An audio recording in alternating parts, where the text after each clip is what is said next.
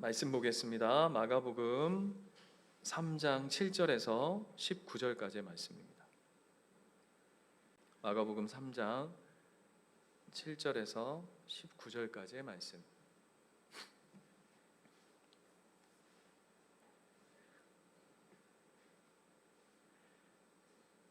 찾으셨죠? 마가복음 3장 7절부터 한 절씩 교독하겠습니다. 예수께서 제자들과 함께 바다로 물러가시니 갈릴리에서 큰 무리가 따르며 이두메와 요단강 건너편과 또 두로와 시돈 근처에 많은 무리가 그가 하신 큰 일을 듣고 나오는지라. 예수께서 무리가 애워싸 미는 것을 피하기 위하여 작은 배를 대기하도록 제자들에게 명하셨으니 이는 많은 사람을 고치셨으므로 병으로 고생하는 자들이 예수를 만나고자 몰려왔습니다. 더러운 귀신들도 어느 때이든지 예수를 보면 그 앞에 엎드려 부르짖어 이르되 당신은 하나님의 아들이니이다 하니, 또 산에 오르사 자기가 원하는 자들을 부르시니 나오는지라.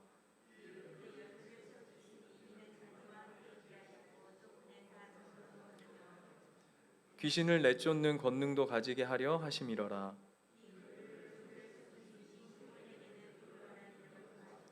또 세베대의 아들 야고보와 야고보의 형제 요한이니 이 둘에게는 보아너게 곧 우레의 아들이란 이름을 더하셨으며,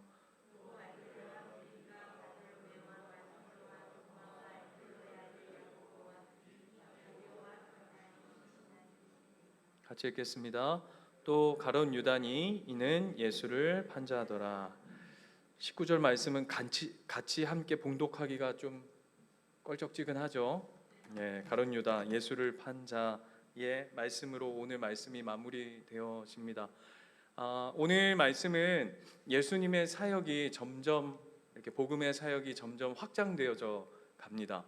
예를 들면 세례 요한의 사역은 유대를 중심으로 예루살렘 지역에, 우리식으로 하자면 이제 수도권, 우리는 서울이 그 수도인 게 별로 마음에 안 들지만, 그렇죠? 부산이 중심이면 얼마나 좋겠어요, 그죠? 아무튼 중심으로 이루어지는데, 예수님의 사역은 오늘 본문을 보시면 8절 말씀 보시면 유다와 예루살렘과 이두메와 요단강 건너편과 또 두로와 시돈 근처에 쉽게 말하면 온 이스라엘 사방팔방에서 예수님에게 몰려오는 그런 이야기들을 오늘 보게 됩니다.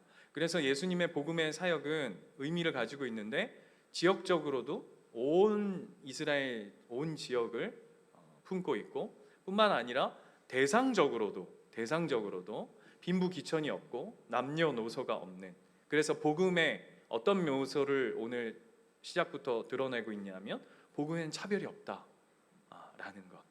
지역적으로든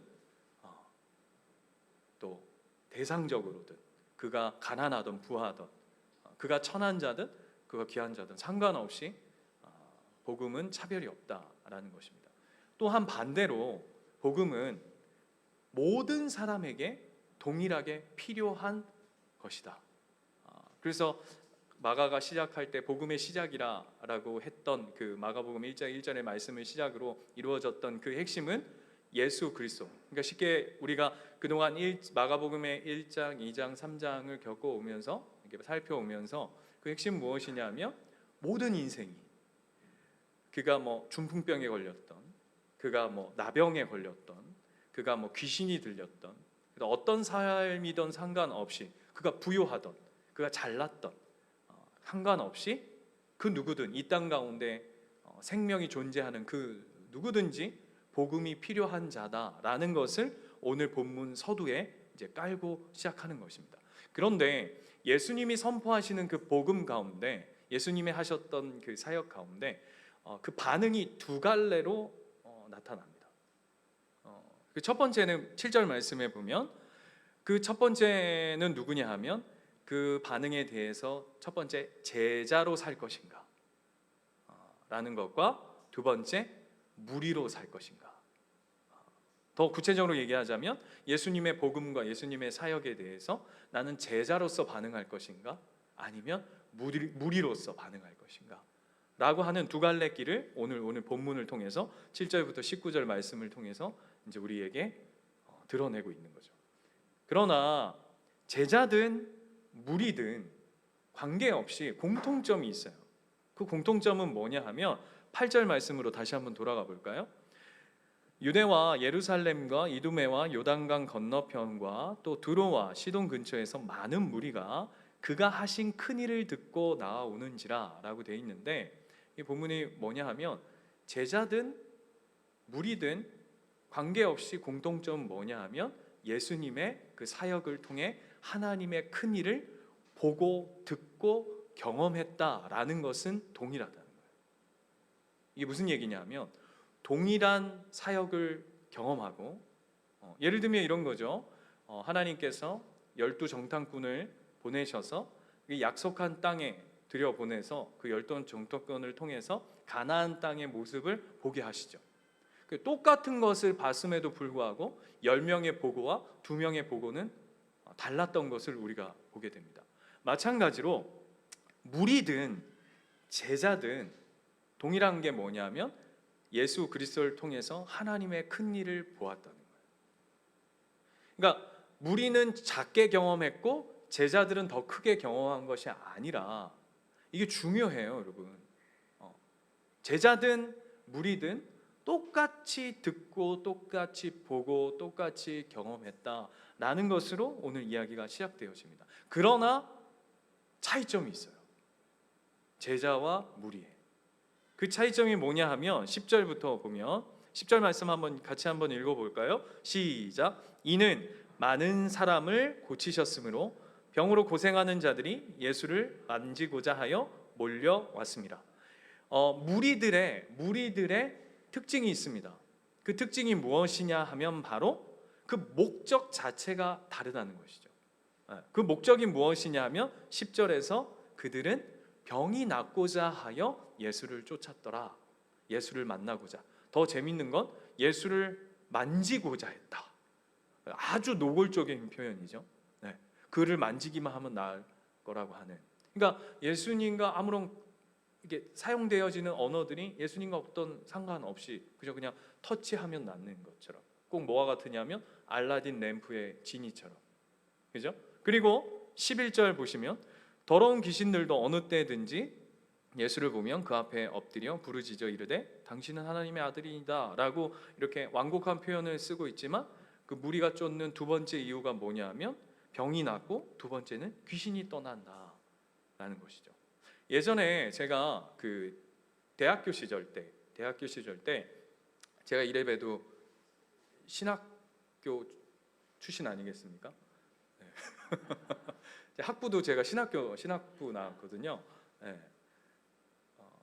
어떻게 학교 생활을 했느냐, 그런 거는 묻지 마세요. 네. 그런 거는 서로 피차 은혜가 떨어지기 때문에 묻지 않는 건데, 그때 저희 같은 그룹에 목사님 아들분이 계셨어요. 근데 아버지가 강원도 시골 쪽에서 시골 목회를 하시는데, 친구가 그 몇몇 우리 동기들하고 자기 아버지 교회에 이렇게 가서 좀 이렇게 같이 시간도 좀 보내고, 거기 가서 이제 우리 그 아이들, 그 교회 아이들이 또 몇 명 없는데 그 아이들을 위해서 여름 성경학교 같은, 아니죠, 그때 겨울이었어요. 겨울 성경학교 같은 걸 좀 하자 해가지고 동기들이 그때 한 7, 8명이 같이 이렇게 그 교회를 갔었어요. 그런데 이제 그 차 있는 그 전도사님이 있어가지고 교회 차 빌려가지고 이렇게 가는데, 차는 그때 기억에 10인승이었나 뭐 9인승이었나 뭐 이랬는데, 막 악기 싣고 교회가 변변치 않으니까 이제 다 각자 막 준비를 해가야 되는 거예요. 그래서 막 악기 싣고 막 이렇게 봉고차에다 잔뜩 해가지고 이렇게 가는데 그 교회 목사님 아들이 이제 운전을 해서 갔거든요. 그러면서 가면서 뭐라 그러냐면, 혹시 저녁에 집회할 때 혹시 니들이 경험하지 못한 모습들이 밤에 이렇게 벌어져도 너무 놀라지 마라 이러는 거예요. 그래서 밑밥을 이렇게 까는 거죠. 그래서 무슨 얘기냐 했더니, 내가 그분 때문에 골치가 아픈 분이 교회 한 분 계시다는 거예요. 그래서 누군데 뭔데 그랬더니 어떤 여자분이 계신데, 이분이 이제 정체를 어디서 신앙생활을 하다 오셨는지 잘 모르겠는데 교회에서 오신 지가 한 10년이 넘었대요. 그런데 이제 이분이 만나는 교회 분들이 별로 인원도 별로 많지 않아요. 한 요 정도 되는 거예요. 우리 수요예배 한 4,000명 되잖아요. 그 정도 되니까 가족 같은 분위기인 거죠. 그렇게 하시는데 여자분이 한 분 계시는데 자기가 신유 은사를 받았다고 자꾸 만나는 사람마다 멀쩡한 사람한테 당신 아프다 그러면서 자꾸 기도를 하는 거예요. 기도를 하는 거예요. 그래서 이제 그게 이제 처음은 괜찮은데 이게 점점 이렇게 자꾸 이렇게 하니까 성도들도 이제 뭔지 아시겠죠? 이렇게 우리 교회 그런 분이 없는 게 참 있을 수가 없어요. 목사가 그 꼴을 못 보니까 이제 이렇게 제껴 놓은 거죠. 근데 이제 그분이 계속 목사님 목회하는데 자꾸 우리 교회에 뭐 귀신 들린 사람이 있다 그러고 뭐 사탄이 방해를 하는 영적 전쟁이 있다 하고 막 자꾸 뭐 아파서 뭐 이렇게 한다 뭐 이렇게 한 거예요. 그리고 이제 갔는데 이제 이분이 이제 그날 아니나 다를까 이제 집회를 하는데 우리 7명이 이렇게 갔잖아요. 그랬더니 이제 들어서자마자 입구에서 꼭 무슨 터줏대감처럼 이렇게 앉아 계시다가 벌떡 일어나더니 이거 신학생들 오는구만. 저거 교만한 귀신들이 가득 찼어. 막 이렇게 시작하시는 거예요. 그러면서 이제 저녁에 하는데 뭐라 그러냐면 이제 교회에 아픈 분이 계셨어요. 아픈 분이. 그래서 제가 참 못됐죠. 그때만 해도 아직 아직 목회자로서의 이 성정이 이렇게 채워지지 않을 때라 이제 그 얘기를 들은 터라 제가 이제 그분한테 아니 신유 은사 있으시다는데 아니 저 교회 아프신 분이 있는데 좀 기도해서 좀 낫게 하시지 그랬더니 뭐라고 대뜸하시냐면 저거는 아픈 게 아니고 귀신 들린 거야 이러는 거예요. 그래서 그래요? 귀신 들린 거예요? 그랬어요. 이제 그 다음 날이 됐어요. 그랬더니 자기가 또 뭐라고 얘기하시냐면 자기가 신유 은사도 있고 귀신도 쫓아낸대. 그래서 제가 이튿날 아니 귀신도 쫓아내신다면서요? 어제 귀신 들렸다는데 좀 쫓아내세요. 그랬더니 뭐라고 그러냐면 저 사람은 귀신 들린 게 아니야 아픈 거야. 뭔지 아시겠어요?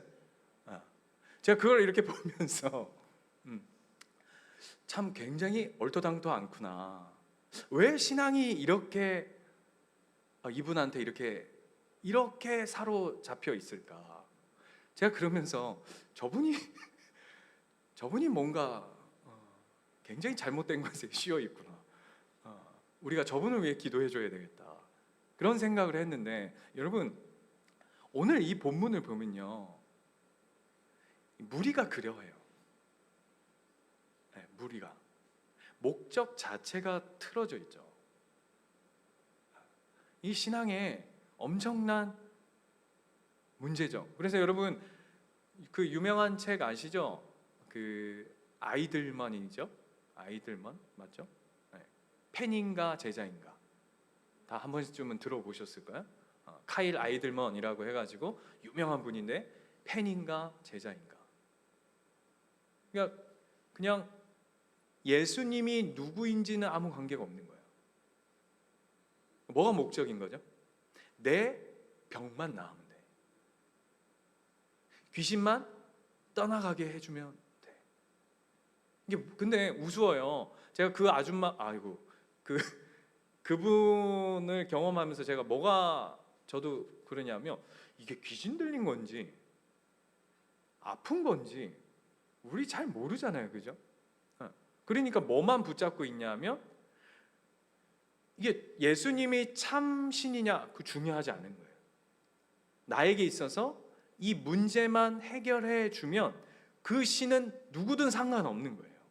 이게 문제가 심각한 거죠. 그게 뭐 부처가 됐던 그게 뭐 마호메트가 됐던 뭐 누가 됐든 상관없이 내 병만 낫고 내 어떤 문제의 해결만 되어지면 그분이 바로 나의 신이 되어지는 그것이 무리죠, 무리. 그런데 14절을 보시면 제자는 뭐가 다르냐 그러면 무리와 제자에서 제자는 뭐가 다르냐 할 때 14절 보시면 이에 12를 세우셨으니 이는 자기와 함께 있게 하시고 또 보내사 전도도 해요. 그들 안에 사역이 없는 게 아니에요. 그리고 15절 보세요. 그들도 귀신을 쫓아내요. 그렇죠? 동일한 어떤 사역들이 있어요. 그들 안에도 능력이 드러난다고요. 그런데 그 귀신을 쫓아냈어요. 복음의 능력으로 전도를 했어요. 한 영혼을 우리 이런 표현 많이 하죠. 전도할 때 지옥 백성이 천국 백성 됐다. 이보다 놀라운 은혜가 어디 있습니까? 그렇죠? 예.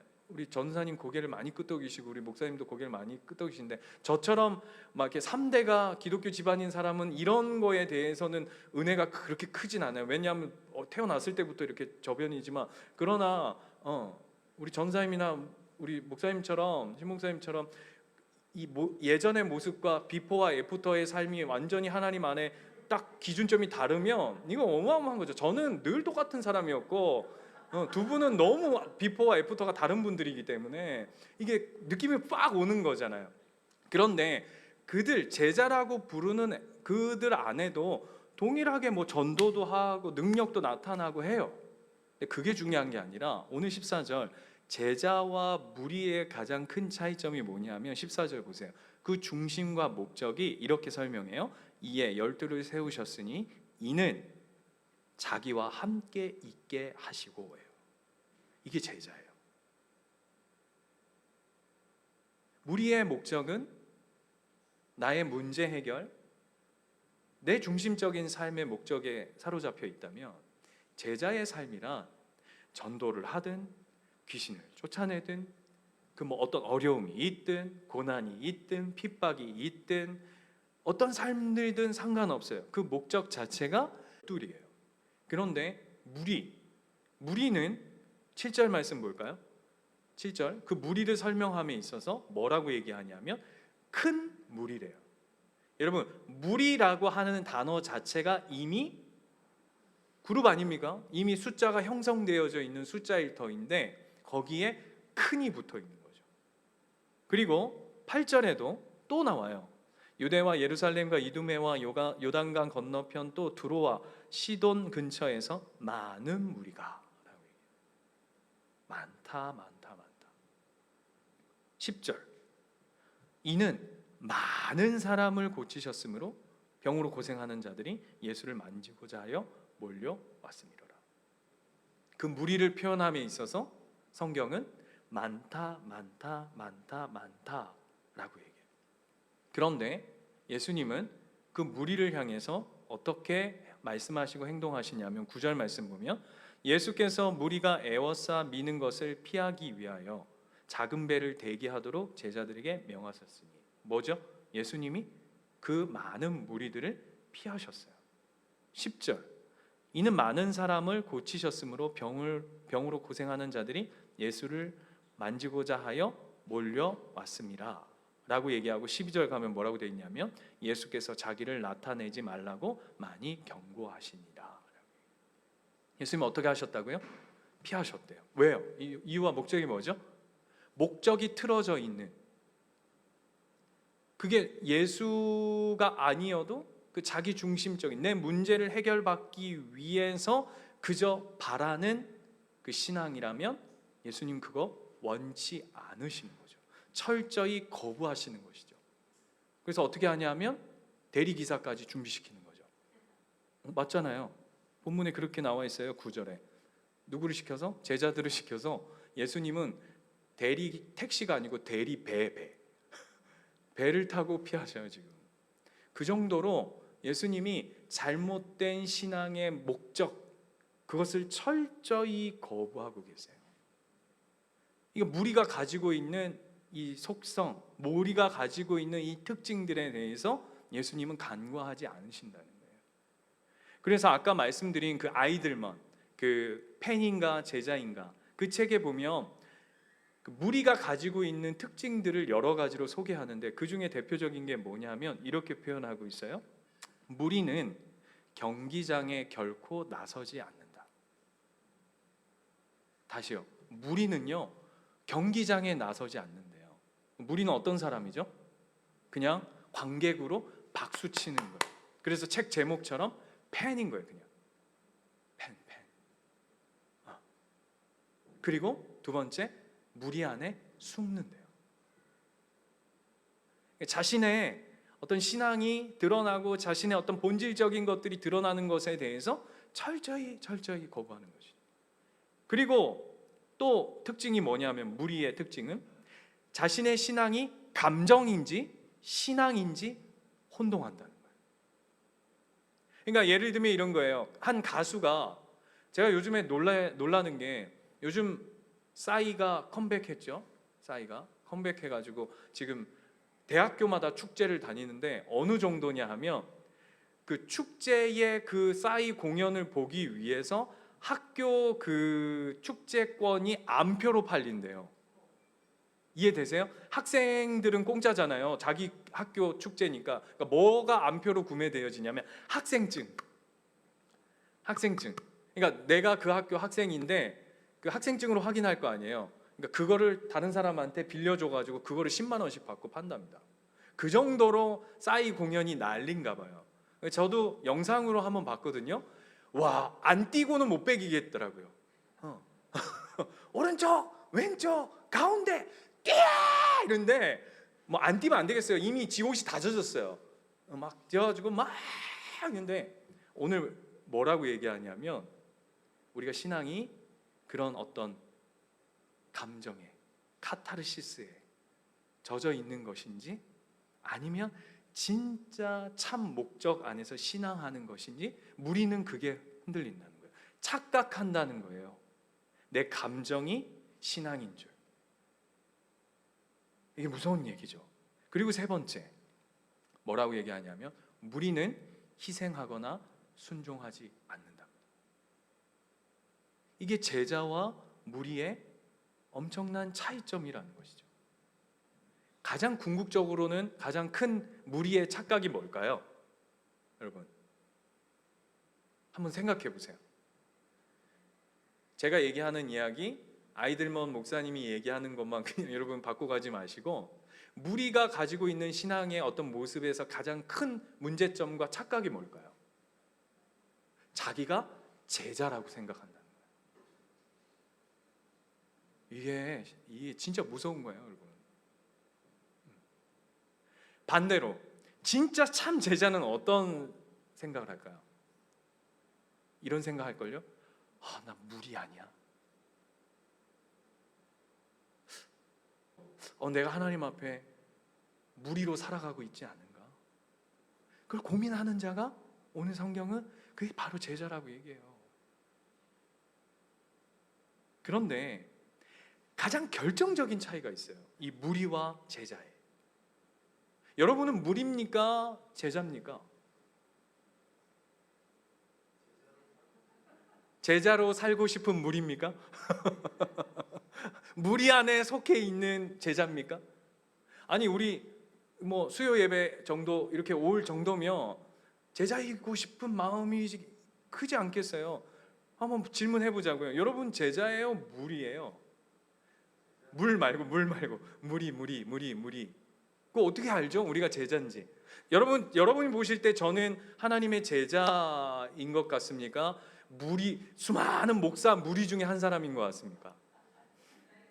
아멘. 그거 어떻게 아냐고요? 그거 어떻게 알죠?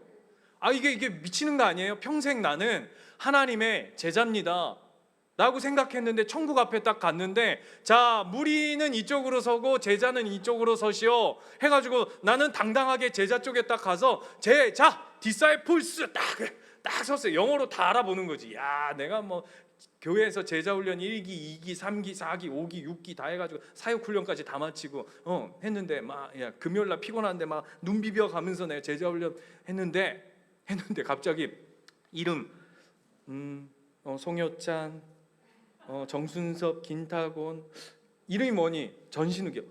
전신욱? 없는데? 잘 보세요.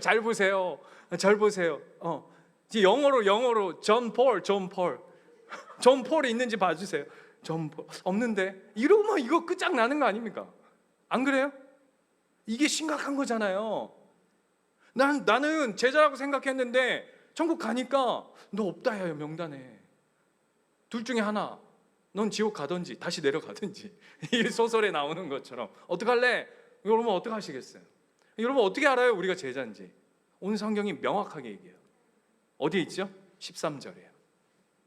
누가 제자냐? 성경이 이렇게 얘기해요. 또 산에 오르사 자기가, 여기서의 자기가 누구죠? 예수님. 이렇게 표현하는 거예요. 예수님이 원하시는 자들을 부르시니. 제자는 누구죠? 예수님이 원하여 부르신 자예요. 저는 우리 사랑하는 예수님교회 사랑하는 식구 한 분 한 분이 예수님이 원하여 부르신 제자 되시길? 아니요. 이미 예수님이 비록 우리 같은 삶을 산다 할지라도 그럼에도 예수님이 원하여 부르신 제자 되는 줄 믿습니다. 버틀란트 러셀이라고 하는 사람이 있어요. 이 사람 누구냐 하면 유명한 무신론자예요. 그 사람이 쓴 책 제목이 있죠. 여러분 다 한 번쯤 들어보셨을까요? 나는 왜 그리스도인이 아닌가? 들어보셨어요? 유명한 책이에요. 이분이 무신론자인데 기독교에 대해서, 개신교에 대해서 아주 따박 비평해 놓은 책이에요. 보면 굉장히 시험 듭니다. 왜 기독교가 아닌가에 대해서, 기독교가 진리가 아닌가에 대해서 아주 조목조목 살펴놨어요. 그 책을 읽고 뚜껑이 열린 전신욱 목사가 아니라 이름 비슷한 존 스토트 목사님이 그 러셀이 쓴 나는 왜 그리스도인이 아닌가를 보고 반대로 어떻게 책을 내셨냐면 나는 왜 그리스도인이 되었는가 라는 책을 쓰셨어요. 여러분 한 번쯤 들어보셨고 꼭 한번 읽어보셔야 할 책입니다. 자, 질문이요. 왜 러셀이라는 사람은 그는 왜 그리스도인이 되지 못했고 존 스토트는 왜 나는 그리스도인이 되었다라고 얘기할까요? 오늘 본문식으로 하자면요. 정답 1번은 왜 나는 그리스도인이 아닌가라고 할 때 이렇게 얘기해야 돼요. 그는 하나님이 안 불러서. 두 번째, 존 스토트 나는 왜 그리스도인이 되었는가? 뭐라고 답할까요? 하나님 불러서. 이유가 없어요. 아까 얘기했죠? 그가 모자라든 그가 천한 사람이든 그가 부유하든 그가 똑똑하든 그가 세상에 많은 것을 가졌던 그가 온 우주의 지식을 가득 채운 존재라 할지라도 그거 상관없어요. 하나님이 부르시지 않으면, 하나님이 원하셔서 부르시지 않으면 죄송해요, 땡이에요.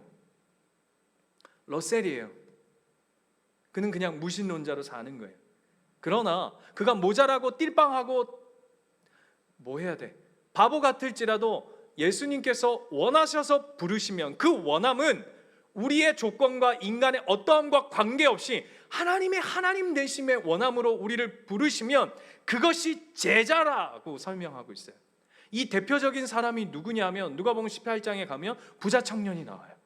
부자 청년이 얘기하죠. 내가 뭘 해야, 어떤 것을 행하여야 구원에 이르겠습니까? 라고 예수님한테 물어요. 그랬더니 예수님이 이거 해라 이거 해라 이거 해라 그랬더니 부자 청년이 뭐라 그래요? 다 했습니다. 그랬더니 이렇게 얘기해요. 예수님이 네 가진 모든 재산을 팔고 넌 날 따르라 그래요. 어떻게 되죠? 네? 근심하여 돌아간다. 돌아갔다는 얘기가 뭡니까? 예수님과 함께 하지 못했대요. 그는 무리예요. 여러분 그 본문에 보면 그 청년은 다 갖춘 자예요. 예를 들까요? 예수님이 뭐라고 말씀하셨죠? 너에게 부족한 게 딱 한 개 있대요. 본문을 잘 읽으셔야 돼요. 바꿔서 얘기하면 뭐죠? 예를 들면 100개를 가진 것 중에 100개가 필요한데 그 부자 청년은 99를 가진 자예요. 그렇죠? 맞습니까? 예수님 그렇게 표현하셨어요. 너는 한 개 빼고 다 가진 자다라고 얘기했어요. 그 한 개가 뭡니까? 그 돈이 아니에요, 여러분. 돈이 모자람이 아니에요. 그가 가지지 못한 한 가지가 뭐냐면 바로 예수예요. 그가 예를 들어서 다 팔고 나를 쫓으라 라고 했을 때 예수님 내가 그동안은 내가 내 인생 내가 뭔가 해본다고 붙잡아오고 내가 99를 채우는 인생을 살아왔습니다. 그런데 99로는 끓지 않더라고요. 이게 99도 인생 아닙니까? 물이 언제 끓어요? 100도가 넘어야 끓어요. 99 돼봤자 아무 소용 없더라고요. 그 100을 채우는, 그렇다고 예수님이 1도단 얘기를 하는 게 아닙니다. 예수님이 내 인생에 들어와야 내 인생이 끓더군요. 다 필요 없습니다. 그래요, 예수님이 옳습니다라고 하고 쫓았다면 그는 제자가 됐을 거예요. 그런데 그는 무리로 속하죠. 왜요? 예수와 함께 하지 못한 인생. 그거 오늘 이야기하는 거예요.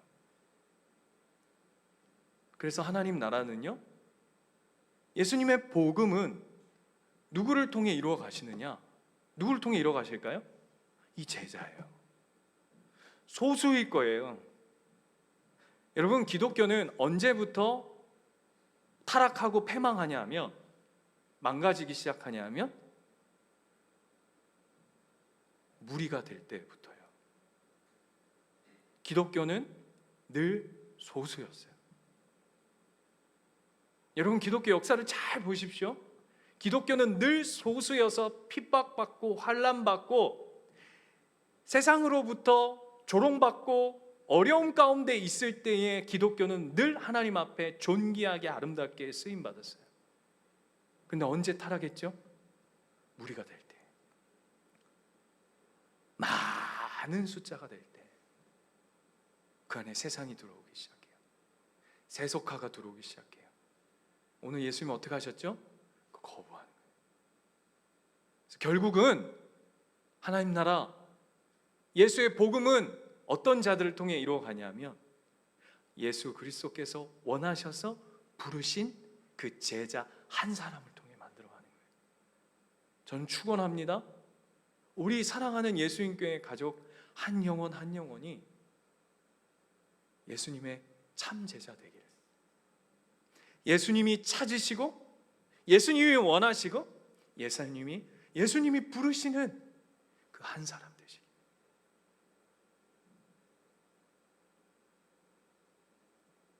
그거면 돼요. 그거면 돼요.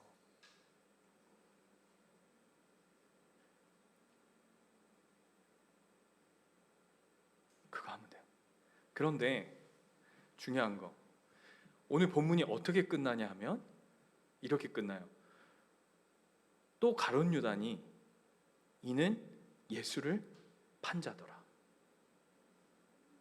실컷 제자 한 사람 뭐 이렇게 얘기해놓고는 무리 얘기해놓고는 가룟 유다 얘기하면서 예수를 팔았다라고 얘기하면서 오늘 본문이 끝납니다. 안 어울리죠? 이런 거랑 똑같은 거예요. 우리 교회가 하나님 앞에 제자로서, 하나님을 원하시는 제자로서 여러분 한 분 한 분이 온전히 쓰임받기를 원합니다. 그런데 누굴 해야지 시험이 안 될까? 우리 허경혜 권사님은 목사를 팔아 넘겼어요. 이렇게 이야기가 끝난다면 이게 지금 어울립니까? 이 앞에 지금 실컷 무리와 제자를 대조해가지고 실컷 설명해놓고는 뒤에 가가지고는 우리 예수님께 이 한 사람을 위해 한 사람 설 거예요. 그런데 그러면 무슨 얘기 하고 싶은 거예요? 허경혜 권사님이 목사를 팔아 넘을 거니까 조심해라, 이런 얘기하는 거 아닙니까? 그렇습니까? 예? 마가가 지금 그 얘기하는 걸까요? 아니에요. 무슨 얘기한 걸까요? 갑자기 왜 가룟 유다 이야기로, 가룟 유다 굳이 왜 마지막에 넣을 필요 없잖아요. 근데 왜 제자를 얘기하면서 이 마지막에다 이걸 갖다 놨을까요? 이 이야기예요. 예수님께서 이루시는 복음의 능력, 그리고 예수님이 시작한 하나님의 나라는 가룟 유다 따위가 예수를 팔아 넘겨도, 예수를 은 30냥에 모른다 하고 십자가에 내 던져도 아무런 문제가 없다. 그 하나님의 나라는 망가지지도 않고 망하지도 않고 그 제자의 삶은 결코 중단되지 않는다라는 것을 우리에게 보여내시고 있는 거예요. 그게 뭔지 아세요? 제자의 부르심이에요. 여러분, 여러분의 인생이 여러분의 부족함과 여러분이 보는 여러분의 절망감 때문에 여러분은 하나님의 사랑에서 결단코 끊어지지 않습니다. 그게 오늘 무리와 제자의 삶에, 이거는 건너갈 수 없는 어마어마한, 이거는 뭐 어마어마한 표현조차도 모자란 은혜예요. 너희들이 가지는 욕심은 내가 너희를 향한 욕심과 견줄 수 없는 하나님의 불타오르는 열심이야. 그게 오늘 제자예요. 가룟 유다 따위가 막을 수 없는, 그게 저와 여러분이 지금 누리고 있고, 지금 살고 있고, 지금 힘들고 어렵지만 버텨가면서 우리를 하나님이 제자로 부르시는 그 삶의 영광인 줄 믿습니다. 그 중심에 여러분의 삶이 세워져 가기를 축원합니다. 우리 신앙을 우리가 잘 들여다보자고요. 지금 뭐 여기서 복작복작할 일이 아니에요, 여러분. 내 마음이 전쟁터예요, 지금. 내가 제자로 살 것인가, 내가 무리로 살 것인가, 끝없는 전쟁터 안에 예수가 내 삶의 주인인가, 내가 주인인가, 이 전쟁터 앞에 우리가 서 있는 겁니다. 잊지 마십시오. 저와 여러분의 삶은 예수님이 원하셔서 부르신 자들입니다. 부끄럽지 않은 삶이 되기를 축원합니다. 예수님이 우리를 보고 피하지 않는 삶이 되기를 기도합니다. 우리 찬양합시다.